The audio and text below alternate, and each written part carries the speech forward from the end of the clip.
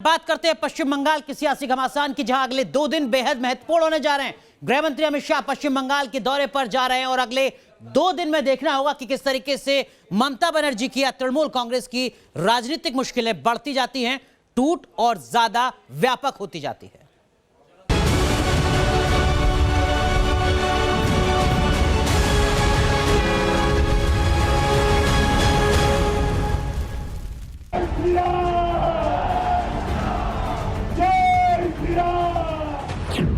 क्या शाह नीति से बंगाल में खिलेगा कमल? नवंबर के बाद दिसंबर में फिर अमित शाह का बंगाल दौरा हो रहा है। इसका असर बंगाल की सियासत में नजर आने लगा है। टीएमसी में बगावत के सुर तेज हो रहे हैं और बीजेपी लगातार मजबूत नजर आ रही है। केंद्रीय गृह मंत्री अमित शाह की अमर शहीद खुदीराम बोस की धरती पश्चिम मिदनापुर की यात्रा राजनीतिक तौर पे काफ़ी मायने रखता है। बीजेपी के राष्ट्रीय अध्यक्ष जेपी नड्डा के काफिले पर हुए हमले के बाद से पश्चिम बंगाल सरकार और केंद्र सरकार में टकराव की स्थिति बनी हुई है। तो वहीं टीएमसी के नेता काफ़ी आक्रामक इस बात से हो गए हैं कि शुभेंदु अधिकारी बीजेपी का दामन थामने जा रहे हैं। जितेंद्र तिवारी के खिलाफ टीएमसी कार्यकर्ताओं का गुस्सा।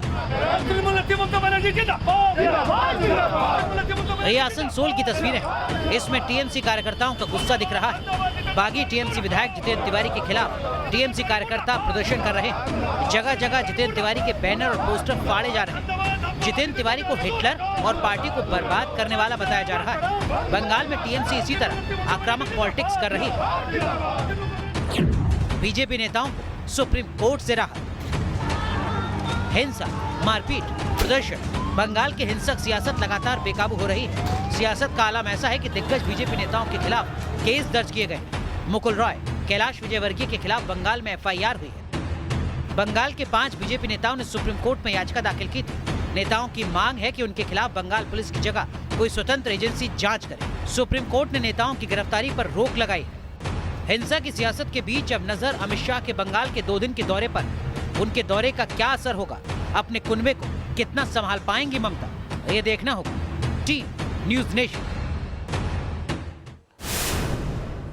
और इस बीच इस रिपोर्ट के साथ साथ पश्चिम बंगाल में इस वक्त की राजनीतिक अपडेट क्या है, ये भी हम आपको जरा फटाफट बता देते हैं ग्राफिक्स के जरिए। जरा देखिए किस तरीके से तृणमूल कांग्रेस की मुश्किलें यहां पर बढ़ती जा रही है। शीलभद्र दत्ता, कबीरुल इस्लाम ने टीएमसी से इस्तीफा दे दिया है। आपको बता रहे हैं कि आज क्या कुछ हुआ है, किस तरीके से घटनाक्रम तेजी से बदल रहे हैं। शुभेंदु अधिकारी, जितेंद्र तिवारी कल बीजेपी में शामिल हो सकते हैं, इस तरीके की जानकारी सामने आ रही है। लेकिन शुभेंदु अधिकारी का जो इस्तीफा है वो विधानसभा के अध्यक्ष ने नामंजूर कर दिया है। वो कह रहे हैं कि गलत तरीके से इस्तीफा दिया गया है, विधानसभा में पेश होने के लिए बोला गया है। उधर ममता की अगुवाई में जो टीएमसी है उसकी एक बैठक महत्वपूर्ण आज हो रही है, जिसमें क्या कुछ मंथन होता है इस पर नजर बनी रहेगी। दिन बेहद महत्वपूर्ण है कल का, क्योंकि आज शाम को अमित शाह पहुंचने जा रहे हैं पश्चिम बंगाल और अगले 2 दिन तक वो पश्चिम बंगाल का सफर करेंगे, तमाम कार्यकर्ताओं से मंथन करेंगे, मुलाकात करेंगे। अक्सर कहा जाता है कि अगर कोई शख्स ठान ले तो वो अपने बूते पर हालात बदल सकता है, तस्वीर सुधार सकता है। और ऐसी ही झलक देखने को मिली है श्रीनगर में। कैसे, इस रिपोर्ट के जरिए देखिए।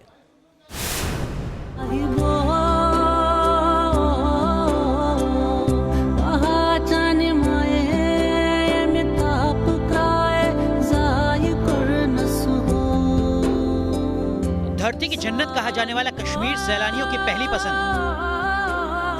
श्रीनगर के डल लेक में शिकारा पर सैर सबकी दिली ख्वाहिश होती है।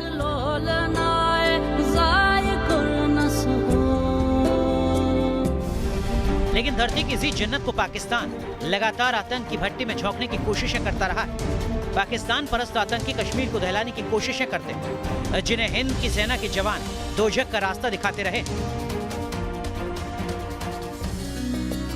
इन सब के बीच अब कश्मीर की फिजा बदलने लगी है। तेजी से बदलाव हो रहा है। आतंक परस्ती को करारा जवाब दिया जा रहा है।